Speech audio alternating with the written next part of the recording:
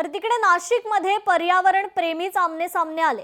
गंगापूर रोडवरील झाड तोडण्यास वृक्षप्रेमींचा विरोध आहे, तर रस्त्याच्या मधोमध असलेलं झाड तोडावं अशी काहींची मागणी आहे। रस्त्यावर होणाऱ्या अपघातांमुळे अनेकांना जीव गमवावा लागलाय। याचाच आढावा घेतलाय आमचे प्रतिनिधी महेश महाले यांनी। पाहूया।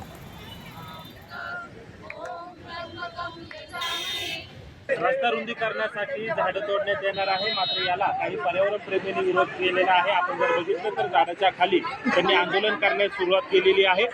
काय मागणी आहे? आमची मागणी आहे की आपण जेव्हा कोणताही लेक होतो आपल्याला, तर आपण त्या लेकची केवढी काळजी करतो। झाड आहे तर मग आपल्याला पावसाचं सर्वांना माहिती आहे किती त्रास होतोय।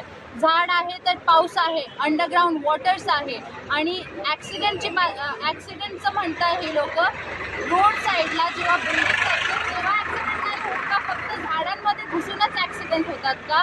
हे अतिशय चुकीचं आहे। आपल्याला डेव्हलपमेंट पाहिजे, आम्ही डेव्हलपमेंटला नाही म्हणत आहे, पण आम्हाला नेचर पण पाहिजे। कारण की आज आम्ही उन्हात बसलो आणि तिकडे पोलीसवाले आणि जे झाडं कापायला आले ते लोक तिकडे सावलीत उभे।